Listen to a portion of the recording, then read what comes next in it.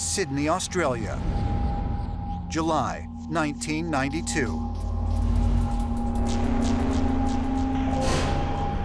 Peter Khoury awakes to find himself paralyzed and unable to talk, but fully conscious. He feels a weight pressing down on him, and as his eyes adjust to the darkness, he notices a woman with very strange features straddling his body. I got the shock of my life because right on top of me was this female, a blonde female.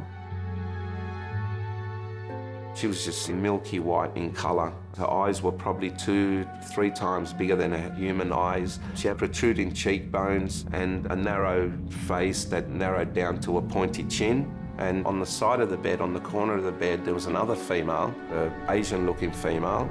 And then the blonde female touches her stomach and points to the sky. The visitors then disappeared, but not without leaving behind proof that they were there. A single blonde hair. Khoury took this piece of evidence to an independent genealogy lab, where biochemist Horace Drew subjected the hair to DNA analysis.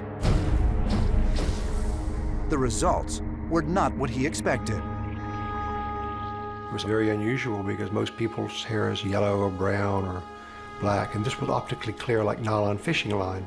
There's nobody who has hair on Earth which is optically clear.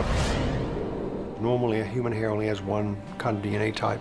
In the shaft above the hair, we got a very rare Chinese lineage, about 0.1%, 1% of ethnic Chinese. And then in the other part, we actually got blue-eyed Celtic light-skinned lineage.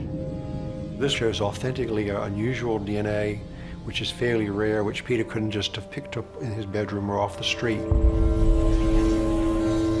The Peter Khoury hair sample yielded very unusual DNA results that just aren't easy to explain in normal, conventional human DNA sequences. You can't really keep dismissing it all as sort of fantasies of the mind or sexual fantasies. And while it didn't absolutely prove that it was alien, because we're only dealing with one hair sample, it did nevertheless prove that we were dealing with something quite unusual. When we see DNA evidence in the hair of something that doesn't match up with what we would expect to be, old Gaelic DNA mixed with Chinese DNA in blonde hair, the storylines don't add up unless we start to invoke the idea of abduction and genetic interbreeding going back for many thousands of years, all the way to the dawn of history.